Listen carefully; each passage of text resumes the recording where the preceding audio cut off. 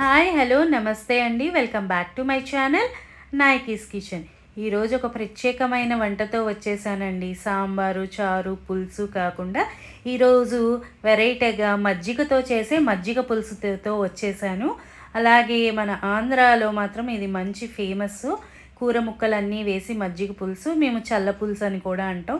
మన కేరళలో అడై ఎంత ఫేమస్ అనేది ఈ ఆంధ్రాలో మాత్రం మజ్జిగ పులుసు కూడా అంతే ఫేమస్. ఒకసారి దీని తయారీ విధానం ఎలాగో మా ఇంట్లో మేము ఎలా తయారు చేసుకుంటామన్నది ఒకసారి చూసేద్దాం రండి. అలాగే ముందుగా ఒక లైక్ బటన్ కొట్టేసి సబ్స్క్రైబ్ చేసుకొని వాళ్ళు ఎవరైనా ఉంటే సబ్స్క్రైబ్ చేసుకొని ఛానల్ చూడండి. ముందుగా కూర ముక్కలన్నీ కడిగేసుకొని చక్కగా కట్ చేసి పక్కన పెట్టుకోవాలి. ఇప్పుడు ఒక బౌల్ తీసుకొని 1 స్పూన్ శనగపప్పు, 1 స్పూన్ బియ్యం, ఒక 2 నుంచి 3 దాకా ఎండుమిరపకాయలు ఒక బౌల్లో వేసుకొని ఒక హాఫ్ అన్ అవర్ నానబెట్టుకోవాలి. ఇప్పుడు మిక్సీ జార్ తీసుకొని అందులో ధనియాలు, జీలకర్ర, తర్వాత అల్లము, పచ్చిమిర్చి, కొబ్బరి, కరివేపాకు వేసుకొని మనం ఆల్రెడీ నానబెట్టి పెట్టుకున్నాం కదండి శనగపప్పు, బియ్యము, ఎండుమిరపకాయలు, అవి కూడా వాటర్ తీసేసి అవి వేసి మిక్సీ పట్టేసుకోవాలి. కొద్దిగా కచ్చాపచ్చా అయింది. ఇప్పుడు మన కాఫీ గ్లాస్ అంత వాటర్ తీసుకొని ఒక హాఫ్ గ్లాస్ వాటర్ పోసుకొని చక్కగా మెత్తగా రుబ్బుకొని ఒక బౌల్లో అది ట్రాన్స్ఫర్ చేసి పక్కన పెట్టుకోండి. ఇప్పుడు పెరుగు తీసుకొని మీరు తయారు చేసుకునే దాన్ని బట్టి క్వాంటిటీని బట్టి పెరుగు తీసుకోండి. నేను ఒక 2 కప్స్ ఆఫ్ పెరుగు తీసుకొని మిక్సీ జార్లో వేసి కొద్దిగా బ్లెండ్ చేసుకొని మజ్జిగలా చేసుకున్నాను. ఇప్పుడు కూర ముక్కల్ని మంచిగా స్టీమ్ చేసుకుంటున్నాను.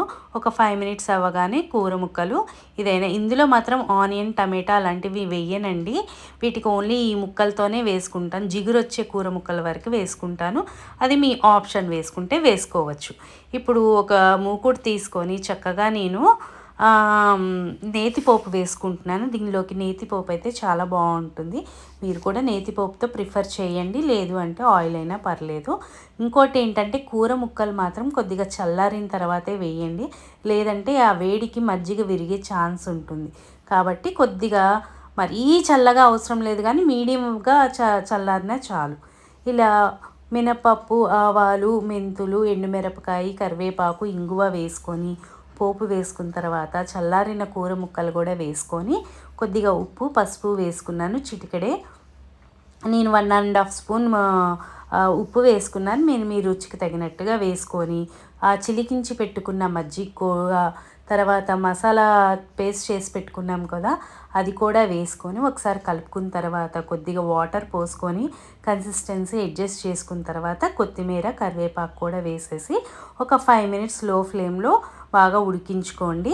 ఇది ఎంత స్లోగా మరిగితే టేస్ట్ అంత బాగుంటుంది.